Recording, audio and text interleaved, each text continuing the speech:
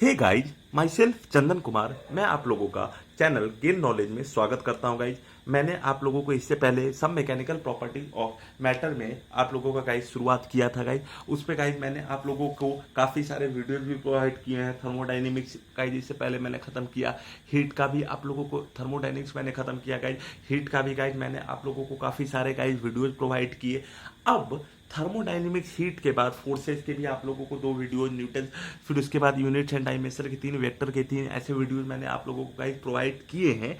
अब गाइज आप लोगों के समक्ष मैं अगले कॉन्सेप्ट को गाइज ले जाना चाह रहा हूँ। जो भी मैंने वीडियोज गाइज आप लोगों को प्रोवाइड किए हैं, आप उसे कमेंट बॉक्स में जरूर लिखिए कि अगला वीडियोज गाइज आप लोगों को किस पे चाहिए। मैं वो वीडियो उस पर जरूर बनाऊंगा गाइज। और अगर आपको मेरे पढ़ाने हुए पे कुछ भी गाइज आप लोगों को गाइज डाउट होगा, आप जरूर मुझे बताइए गाइज। मैं उसे फिर से एक्सप्लेन करूंगा गाइज। आप मुझे अपना बहुमूल्य समय दे रहे हैं, उसके लिए thank you very much guys. अब मैं आप लोगों को कंटेंट में आगे बढ़ता हूं गाइज। देखिए गाइज, मैंने कंप्रेसिबल स्ट्रेस और टेंसाइल स्ट्रेस गाइज क्या होता है, ये दोनों कॉन्सेप्ट गाइज मैंने आप लोगों को लास्ट लेक्चर में गाइज आप लोगों को समझा दिया है गाइज। ठीक है गाइज, तो अब मैं इसे दोबारा एक्सप्लेन यहाँ नहीं करूंगा क्योंकि वीडियो लंबा होते चला जाएगा गाइज। तो इसलिए मैं कंप्रेसिबल स्ट्रेस और टेंसाइल स्ट्रेस जो होता है, जो अपन लोग जानते हैं, उसको गाइज मैं यहाँ पे डिक्टेट कर देता हूँ गाइज। देखिए, it is the type of stress, it is the type of stress in which the forces on both the sides which is opposite in direction, on both the sides which is opposite in the forces on both the sides which is opposite in direction x inverse x inverse x inverse x inverse which x inverse which gets resulted into compression of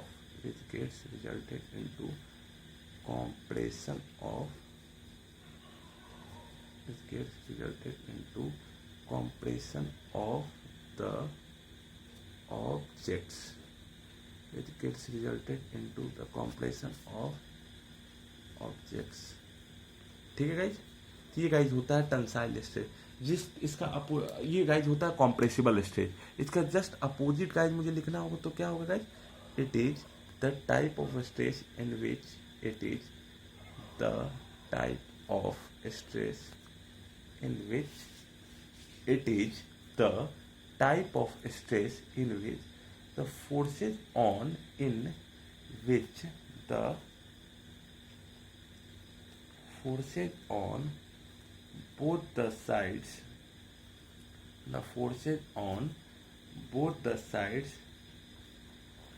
acts in same direction. The forces on both the sides acts in opposite direction but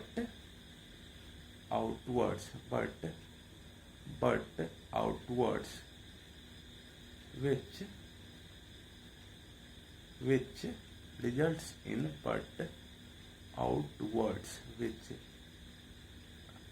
results in increment of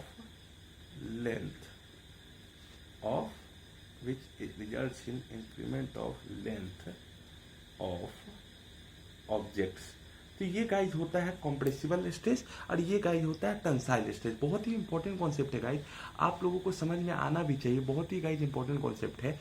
तो compressible stress और tensile stress कुछ इस तरीके से guys मैंने आप लोगों को बताया। जब आप लोगों को कॉम्प्रेसिबल स्ट्रेस और टेंसाइल स्ट्रेस गाइज आप लोगों के लिए क्लियर है तो देखिए गाइज, सुनिए, अगर कॉम्प्रेसिबल स्ट्रेस और टेंसाइल स्ट्रेस, तो ये गाइज सबसे पहला चीज क्या हुआ? लॉन्गिट्यूडनल। अब देखिए, स्ट्रेस जब ये होता है गाइस, तो अगर स्ट्रेस का आप लोगों के पास 3 हाँ, स्ट्रेस का कुछ इस तरीके से होता है गाइज। अब जब ये स्ट्रेस आप लोगों का क्लियर है, मैंने आप लोगों को कुछ इस तरीके से गाइज रखा। कंप्रेसिबल स्ट्रेस मैंने आपको बताया, मैंने आप लोगों को टेंसाइल स्ट्रेस बताया, मैंने आप लोगों को लॉन्गिट्यूडनल स्ट्रेस बताया, और ये क्या कहते हैं कंप्रेसिबल स्ट्रेस, टेंसाइल स्ट्रेस। मैंने आप लोगों को गाइज कॉम्प्रेसिबल स्ट्रेस बताया, और कॉम्प्रेसिबल स्ट्रेस के बाद मैंने आप लोगों को क्या कहते हैं लॉन्गिट्यूडनल स्ट्रेस और ये टेंजेंशियल स्ट्रेस, ये सारे स्ट्रेस के बारे में गाइज मैंने आप लोगों को काफ़ी डिटेल में बताया कि गाइज ये होता क्या है गाइज। जब आप लोगों को गाइज ये कॉन्सेप्ट क्लियर है गाइज, तो मैं आप लोगों के समक्ष एक अगला इंपॉर्टेंट कॉन्सेप्ट है गाइज, मैं आप लोगों को लेके चल रहा हूँ इस कॉन्सेप्ट के टुवर्ड। और अगर इस कॉन्सेप्ट में भी अगर आपको डाउट होगा, आप कमेंट बॉक्स में गाइज जरूर लिखिएगा कि कहाँ कहाँ गाइज इस कॉन्सेप्ट में आपको डाउट है। देखिए गाइज, अगर स्ट्रेस का अगर कॉन्सेप्ट गाइज आप लोगों का क्लियर है, तो गाइज मैं आप लोगों को ले चलता हूँ गाइज कॉन्सेप्ट पे स्ट्रेन पे।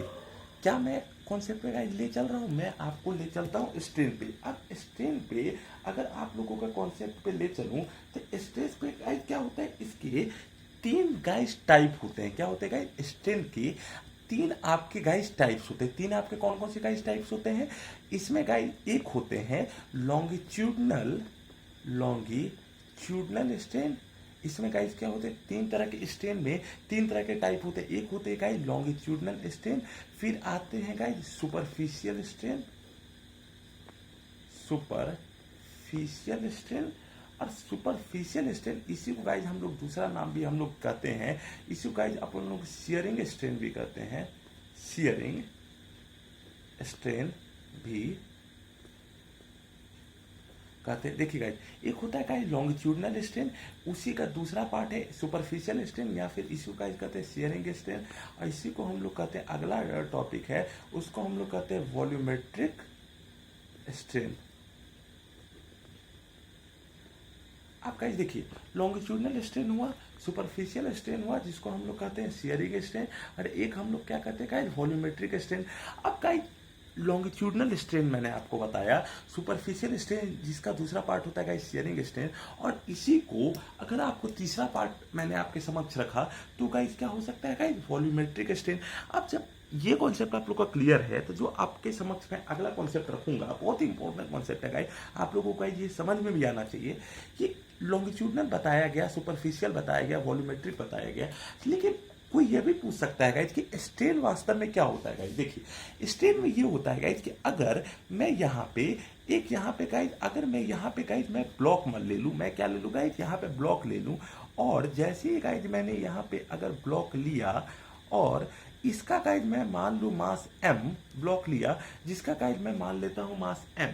अगर मैंने इसमें गाइज फोर्स लगाया, मान लीजिए गाइज फोर्स मैंने लगाया F लगाया, अब इसमें गाइज जो मैंने फोर्स लगाया है वो गाइज मैंने क्या लगा दिया है गाइज, मैंने एक्सटर्नल एक अनबैलेंस्ड फोर्सेज गाइज मैंने आपके समक्ष मैंने एक एक्सटर्नल गाइज अनबैलेंस्ड फोर्सेज लगाया है। नहीं समझ में आएगा, मैं फिर से आपके समक्ष बताता हूँ कि अगर ये ब्लॉक लिए जिसका मास m लिए, अगर इस पे कोई एक्सटर्नल अनबैलेंस फोर्सेज के एप्लीकेशन में गाइज अगर लगा देते, तो गाइज इसके वजह से गाइज क्या होता है, इसमें गाइज इंटरनल फोर्सेज जनरेट होते हैं, और जो इसमें इंटरनल फोर्सेज जनरेट होते हैं वो इसके ओरिजिन जो फोर्स इस पे लग रहा है उसको गाइज क्या करते हैं, अपोज करते हैं। अब जैसे ही एक्सटर्नल फोर्सेज इसको हटाया गया, तो इसमें गाइज क्या होता है, डिफॉर्मेशन।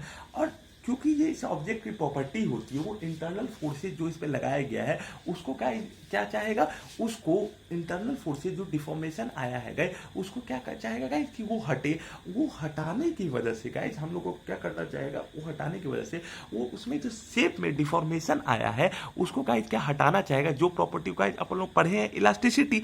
अब अगर आप लोगों के समझ ये इलास्टिसिटी प्रॉपर्टी कॉन्सेप्ट का क्लियर है गाइज, तो जो इसमें फोर्स का लगाया गया गाइज F, अगर मैं इस पे गाइज अगर मैं लेंथ में मान लेता हूँ गाइज L, मैं क्या कर रहा हूँ गाइज, अगर ये ऑब्जेक्ट जिसका मास m है, अगर मैं इसका लेंथ में मान लेता हूँ l, जो कि ओरिजिनल था जब उस पे एक्सटर्नल गाइज फोर्स नहीं लगाया गया होगा, जब उसमें एक्सटर्नल फोर्स नहीं लगाया गया होगा, तो गाइज मैं इसका गाइज मैं मान लेता हूँ लेंथ l। मैंने क्या कहा गाइज, मैंने ये कहा कि अगर ये मैं एक ब्लॉक ले लूँ जिसका मैं मास m ले लूँ, अगर उसे एक एक्सटर्नल अनबैलेंस्ड फोर्स के आपको अफेक्ट में रखा गया होगा और जिसका लेंथ एल है, जैसे उस पर एक्सटर्नल अनबैलेंस फोर्स पे रखा गया होगा जिसका गाइज लेंथ एल है, तो इसका एल, इसका मान लेते हैं गाइज एल, इसका गाइज क्या होगा गाइज ओरिजिनल से लेंथ है। एल क्या है? ओरिजिनल लेंथ है। ओरिजिनल लेंथ मतलब क्या है? Length of the object before, length of the object, length of the object before deformation, length of the object before, length of the object before deformation. अब जैसे ये force लगाया गया जिसका मास m है, उसका लेंथ ओरिजिनली मान लेते हैं गाइज l, अगर इसके ओरिजिनल लेंथ में कुछ चेंज आके l प्लस डेल एल हो गया, l प्लस डेल एल हो गया, जो ओरिजिनल लेंथ l था उसके ओरिजिनल लेंथ में चेंज आके guys l plus del L हो गया, फोर्स F लगाया, इसका लेंथ L लिया, इसका मास M ले गया, इसका length L plus del L हो गया। कब हो गया? जब इसमें कुछ ना कुछ गाइज आ गया, क्या आ गया? डिफॉर्मेशन आ गया। अब इसमें डेल एल क्या है guys? Del L change in length है गाइज। डेल एल क्या है guys? Del L change in length है। डेल एल क्या है गाइज? Change in length. जो इसमें लेंथ एल लगाया उसमें del L change in length हुआ, या फोर्स एम लगाया इसमें ओरिजिनल लेंथ हुआ। अब इसके लेंथ ऑफ जो ऑब्जेक्ट है वो क्या हुआ guys? Before deformation del L क्या आया गाइज? Change in length. तो इसकी चेंज इन लेंथ अपॉन जो इसका ओरिजिनल लेंथ है एल, उसको गाइज अपन लोग, उसी को हम लोग डिफाइन किससे करते हैं गाइज? स्ट्रेन से डिफाइन करते हैं। स्ट्रेन, मैं फिर से बोल दूं गाइज, स्ट्रेन कैसे डिफाइन करते हैं? जो इसमें लेंथ में गाइज चेंज आया है that is del L, that is guys del L, जो लेंथ में गाइज चेंज आया, change in length upon original length, या फिर जो उसमें फोर्स, एक्सटर्नल फोर्स गाइज लगाने की वजह से जो उसमें गाइज डिफॉर्मेशन आया होगा। मैं क्या कर रहा हूँ? मैं ये कर रहा हूँ कि जो उसमें एक्सटर्नल फोर्स गाइज लगाने की वजह से उसमें गाइज जो क्या आया होगा? डिफॉर्मेशन आया होगा, उसके डिफॉर्मेशन आया होगा जिसकी वजह से गाइज क्या होगा? चेंज। तो चेंज अपॉन ओरिजिनल, इसको गाइज अपन लोग क्या कहते हैं? स्ट्रेन। तो अगर स्ट्रेन को मुझे, अगर मैथमेटिकली स्ट्रेन को गाइज अगर मुझे मैथमेटिकली लिखना होगा तो कैसे लिखेंगे? Change upon original. ये क्या लिखेंगे? Change upon original. अब इसमें यह भी बात उठती है कि जब इसमें एक्सटर्नल अनबैलेंस फोर्स लगाया गया हो तो ये जो ऑब्जेक्ट जिसका मास m है उसके किस चीज में गाइज चेंज आया? उसके लेंथ में चेंज आया, उसके सरफेस एरिया में चेंज आया, उसके गाइज वॉल्यूम में चेंज आया। तो उसी के अकॉर्डिंग जो उसके लेंथ में चेंज आया, उसके सरफेस एरिया में चेंज आया, वॉल्यूम में चेंज आया, उसी के अकॉर्डिंग हम लोगों ने, उसी के अकॉर्डिंग जो उसके लेंथ में चेंज आया, उसके सरफेस एरिया में चेंज आया, वॉल्यूम में चेंज आया, उसी के अकॉर्डिंग उसके स्ट्रेन के गाइज क्या होते हैं? उसके 3 टाइप्स होते हैं। उसी के अकॉर्डिंग गाइज क्या होते हैं? स्ट्रेन के 3 टाइप्स होते हैं। अब गाइज, अब उसी 3 टाइप्स के समक्ष अगर मैं रखूं तो गाइज क्या होगा कि देखिए गाइज, अगर मैं बात करूं लॉन्गिट्यूडनल स्ट्रेन की, मैं किसकी बात करूं गाइज? मैं आपके समक्ष अगर रखूं कि लॉन्गिट्यूडनल स्ट्रेन क्या होता है गाइज? लॉन्गिट्यूडनल स्ट्रेन ये होता है कि जो ये ब्लॉक लिए जिसका मास m लिए, अगर उसमें गाइज मैं फोर्स F लगाऊं, जो लॉन्गिट्यूडनल स्ट्रेन मतलब क्या होगा? जो ये ब्लॉक लिए जिसका मास m लिए, अगर उसमें गाइज मैंने फोर्स F लगाया जिसका मैंने लेंथ मान लिया L, अगर उसके चेंज में, क्योंकि उसमें एक्सटर्नल अनबैलेंस फोर्स लगा होगा, तो उसका लेंथ इंक्रीज होकर L प्लस डेल एल हो गया। L प्लस डेल एल कब हुआ? L प्लस डेल एल हुआ guys after, L plus del L हुआ guys after deformation. L plus del L क्या हुआ guys? After deformation. Longitudinal strain क्या कहता है गाइज? ये कहता है कि अगर लेंथ एल से एल प्लस डेल एल हो गया, लेंथ एल से अगर length L plus del L हो गया, ये कब हो गया guys? Length L plus del L कब हो गया? After deformation. आफ्टर डिफॉर्मेशन हुआ। एल क्या है गाइज? ओरिजिनल लेंथ है। डेल एल क्या है गाइज? Change in length. तो अगर लॉन्गिट्यूडनल स्ट्रेन को अगर आपको गाइज डिफाइन करना हो, क्या करना होगा? अगर लॉन्गिट्यूडनल स्ट्रेन को अगर आपको डिफाइन करना हो तो जो चेंज इन लेंथ आया अपॉन ओरिजिनल लेंथ आया, उसी को गाइज हम लोग क्या कहेंगे? Longitudinal strain. लॉन्गिट्यूडनल स्ट्रेन किसको कहेंगे गाइज? लॉन्गिट्यूडनल स्ट्रेन गाइज मैं हम लोग इस तरीके से कहेंगे कि जो इसका लेंथ है उसके length plus L plus del that is change in length है, तो लॉन्गिट्यूडनल स्ट्रेन क्या होगा?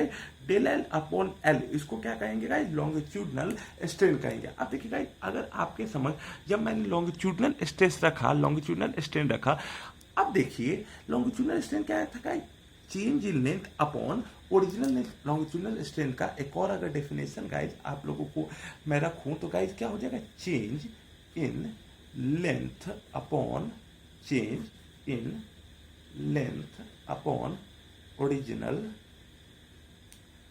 Change in length upon original length. ये गाइस क्या होगा, लॉन्गिट्यूडनल स्ट्रेन। अब लॉन्गिट्यूडनल स्ट्रेन के बाद अगर मैं आपके समक्ष अगला कॉन्सेप्ट की तरफ अगर मैं बढ़ूं, लॉन्गिट्यूडनल स्ट्रेन के बाद अगर आपके समक्ष अगला कॉन्सेप्ट की तरफ मैं बढ़ूं तो अगला कॉन्सेप्ट क्या होगा गाइस कि अगर लॉन्गिट्यूडनल स्ट्रेन आप लोगों का क्लियर है तो मैं आप लोगों को ले चलता हूं गाइस शियरिंग स्ट्रेन या फिर superficial strain. Superficial strain, superficial strain या फिर सुपरफिशियल स्ट्रेन या फिर गाइस मैं ले चलूं किधर, शियर स्ट्रेन। सुपरफिशियल स्ट्रेन या फिर शियर स्ट्रेन, अगर आपसे कोई कारण पूछे कि सुपरफिशियल स्ट्रेन या फिर शियर स्ट्रेन आता कैसे, देखिए गाइस अगर आपसे यह पूछा जाए कि लॉन्गिट्यूडनल स्ट्रेन किसकी वजह से आता है तो लॉन्गिट्यूडनल स्ट्रेन गाइस आता है लॉन्गिट्यूडनल स्ट्रेस की वजह से। लॉन्गिट्यूडनल स्ट्रेन किसकी वजह से गाइस आता है, लॉन्गिट्यूडनल स्ट्रेन आता है गाइस लॉन्गिट्यूडनल स्ट्रेस की वजह से, ठीक है, ये कॉज होता है। सिमिलरली अगर आपके समक्ष मैं रखूं सुपरफिशियल या शियर स्ट्रेन तो ये जो आता है गाइस ये आता है शियर स्ट्रेस या फिर टेंजेंशियल शियर स्ट्रेस या फिर टेंजेंशियल स्ट्रेस, शियर स्ट्रेस या फिर टेंजेंशियल स्ट्रेस। अब शियर स्ट्रेस या फिर टेंजेंशियल स्ट्रेस को गाइज आप लोगों को समझना हो तो हम लोग गाइज ऐसे समझ सकते हैं कि अगर ये ब्लॉक ले लिए, अगर मान लीजिए गाइज ये ब्लॉक ले लिए जिसका मान लीजिए ये नेमिंग मान लिए ए बी सी डी, यहाँ टेंजेंशियल स्ट्रेस या फिर होगा शियर स्ट्रेस, ठीक है, सुपरफिशियल और शियर स्ट्रेन। सुपरफिशियल और शियर स्ट्रेन के बारे में ये कहूं तो ए बी सी डी अगर लेंगे तो ये गाइज मेनली आया किसकी वजह से, शियर स्ट्रेस की वजह से, एक आएंगे क्या हो गए टेंजेंशियल स्ट्रेस की वजह से। अब अगर गाइज मैं एक पैरेललोग्राम अगर मान लीजिए मैंने इसमें एक्सटर्नल अनबैलेंस्ड फोर्स लगाया, मैंने क्या लगाया गाइज, अगर मैंने उसे एक्सटर्नल अनबैलेंस्ड फोर्स लगाया और जिस पॉइंट पे फोर्स लगाया उसको हम लोग कहेंगे पॉइंट ऑफ एप्लीकेशन, और अगर मान लीजिए इसका shape A B C d से होता है गाइज, ये गाइज क्या हो जाता है A dash B dash C dash और डी डैश हो जाएगा गाइज, ठीक है।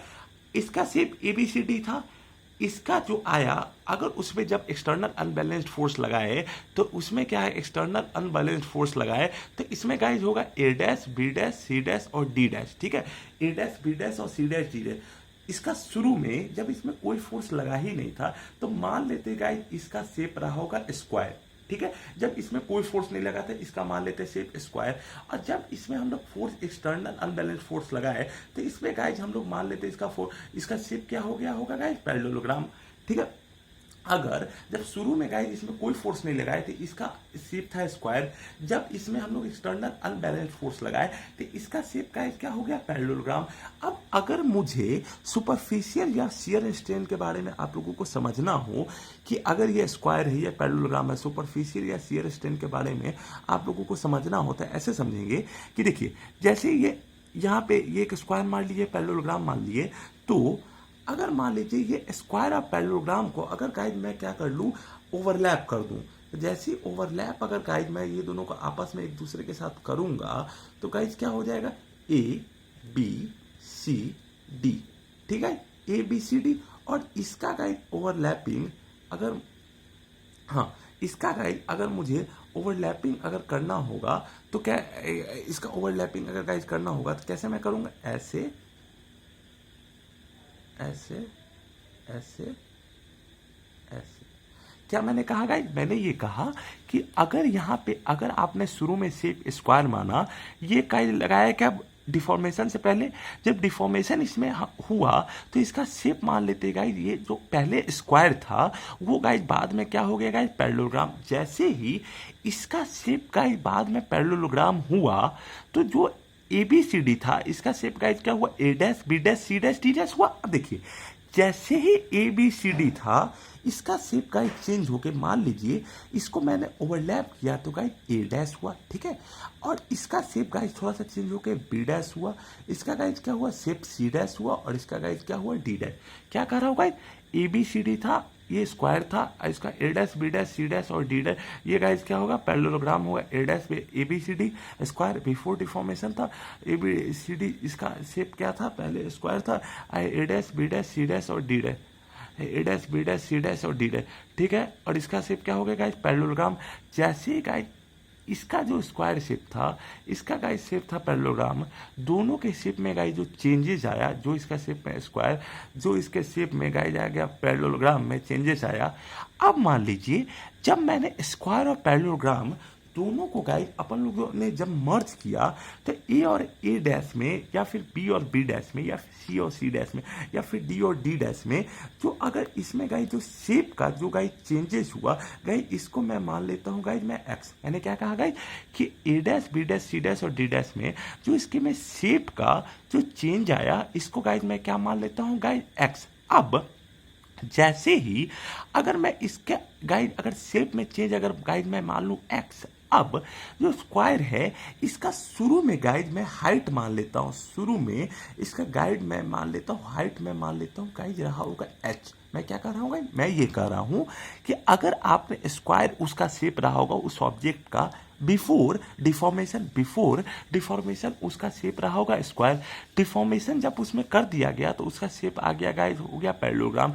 डिफॉर्मेशन से पहले अगर उस बॉडी का ऑब्जेक्ट का हाइट अगर गाइस मैं मान लूँ एच, ठीक है गाइज, इस ऑब्जेक्ट के बॉडी का ऑब्जेक्ट का हाइट गाइज मैं मान लूँ एच। अब जैसे गाइड हाइट मैंने एच माना तो उसके बाद जब वो ओवरलैप किया तो ए बी सी डी उसका शेप चेंज होके A dash B dash C dash और डी डैश हुआ। क्या हुआ guys, A dash B dash C dash और डी डैश हुआ।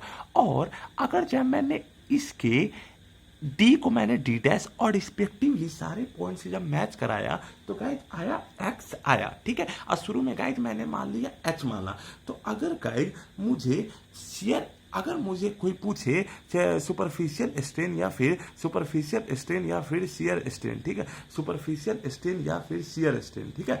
अब देखिए सुपरफिशियल और शियर स्ट्रेन के बारे में, सुपरफिशियल या फिर शियर स्ट्रेन के बारे में अगर मैं आपसे पूछूं तो कैसे डिफाइन किया गया है गाइस, ये किया गया है गाइस एक्स अपॉन एच।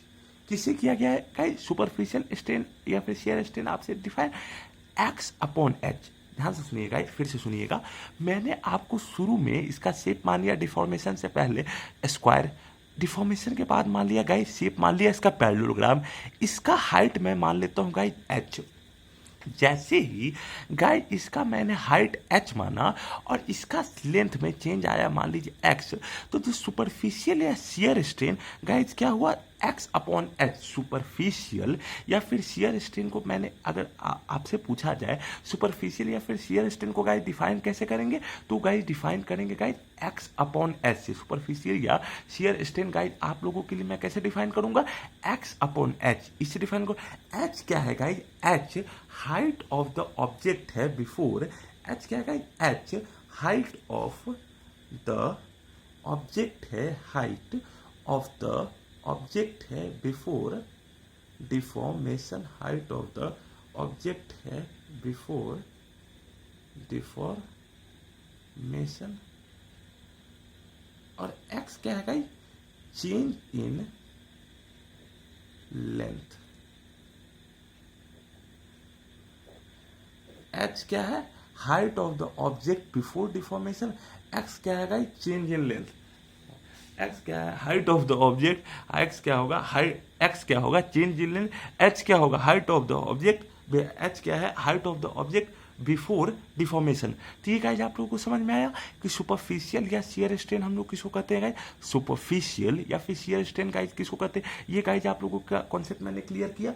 अब देखिए गाइस, जब आप लोगों का सुपरफिशियल या फिर शियर स्ट्रेन अगर आप लोगों का क्लियर है तो मैं थोड़ा सा आप लोगों को गाइड, मैं अगला टॉपिक की तरफ गाइड मैं ले चल रहा हूँ, वो है गाइड वॉल्यूमेट्रिक स्ट्रेन। क्या कॉन्सेप्ट है गाइड, वो है वॉल्यूमेट्रिक स्ट्रेन। उस टॉपिक पे गाइड मैं आप लोगों को ले चलता हूँ। ध्यान से आप देखिए, आप देखते जाइए गाइड, आप लोगों को ये टॉपिक की तरफ मैं ले चल रहा हूँ, बहुत इंपॉर्टेंट टॉपिक है गाइड। ठीक है, देखिए देखिए, हाँ, अगर आप लोगों का वॉल्यूमेट्रिक स्ट्रेन की तरफ गाइज मैं ले चलूँ तो देखिए गाइज, जो वॉल्यूमेट्रिक स्ट्रेन होता है, वॉल्यूमेट्रिक, हाँ, वॉल्यूमेट्रिक स्ट्रेन के बारे में अगर मैं आपको बताऊं तो वॉल्यूमेट्रिक स्ट्रेन क्या होता है गाइज, देखिए, अगर आपने कोई ऑब्जेक्ट लगाया है तो हम लोग को वाटर में अगर गाइज मैं सबमर्ज कर दूं, अगर कोई ऑब्जेक्ट को मैं वाटर में अगर गाइज मैं सबमर्ज कर दूं तो हम लोग जानते हैं कि उसमें एक फोर्स ऑफ बुओयंसी एक्ट करेगा गाइज, फोर्स ऑफ बुओयंसी एक्ट करेगा। मैं क्या कहा गाइज, मैं ध्यान से सुनिए गाइज, मैंने ये कहा कि अगर कोई ऑब्जेक्ट को मैं वाटर में सबमर्ज कर दूं या फिर इमर्ज कर दूं, वाटर में अगर मैं सबमर्ज या इमर्ज कर दूं तो उसमें गाइज एक फोर्स ऑफ बॉयंसी लगेगा, जिसमें फोर्स ऑफ बॉयंसी गाइज हम लोग जानते हैं कि जो वो क्या होते हैं guys, weight of the displaced liquid. Force of buoyancy क्या होते हैं guys, weight of the displaced liquid, आप लोग जानते हैं। अब देखिए गाइज, अगर मैं वॉल्यूमेट्रिक स्ट्रेन, अगर मैं कोई ऑब्जेक्ट को वाटर में अगर मैं सबमर्ज कर दूं तो इसमें चारों साइड से इसमें फोर्सेज एफ लगना शुरू हो जाएगा। इसमें गाइस क्या होगा, चारों साइड से इसमें फोर्सेज एफ लगना शुरू हो जाएगा। अब जैसे ही गाइस इसमें फोर्स एफ चारों साइड से लगना शुरू होगा, जब क्योंकि वो ऑब्जेक्ट वाटर में सबमर्ज किया गया है तो उसके जो वॉल्यूम है उसमें गाइस क्या होगा, थोड़ा बहुत चेंजेस आना शुरू होगा। जो भी इसकी गाइस वॉल्यूम में चेंजेस आएगा अपॉन जो इसका ओरिजिनल वॉल्यूम रहा होगा, उसको उसी को गाइस हम लोग क्या कहते हैं गाइस, वॉल्यूमेट्रिक स्ट्रेन। मैं फिर से बोल दूं, मैंने ये कहा कि अगर कोई भी ऑब्जेक्ट को अगर आप वाटर में सबमर्ज कर देंगे तो, और अगर उसमें कोई भी ऑब्जेक्ट को आपने वाटर में सबमर्ज कर दिया तो उसमें गाइस क्या होगा, चारों साइड फोर्सेस एफ लगना शुरू हो जाएगा। अब जैसे ही गाइस उसमें चारों साइड फोर्सेस गाइस एफ लगना, चारों साइड इसमें गाइस फोर्सेस एफ लगना शुरू होगा तो इसके ओरिजिनल शेप में वॉल्यूम में गाइस चेंजेस आएगा। वॉल्यूम में गाइस चेंजेस आके वी से भर के, वी मान लीजिए गाइस इसका ओरिजिनल वॉल्यूम था, ये वी क्या है गाइस, वी मैं मान लेता हूँ ओरिजिनल वॉल्यूम था, और बाद में जाके इसका ओरिजिनल वॉल्यूम में थोड़ा सा चेंज आके v प्लस डेल वी आ गया, v प्लस डेल वी आ गया। डेल वी क्या आया guys, change in original, del V guys क्या हुआ, डेल वी गाइस आया चेंज इन ओरिजिनल वॉल्यूम, ठीक है।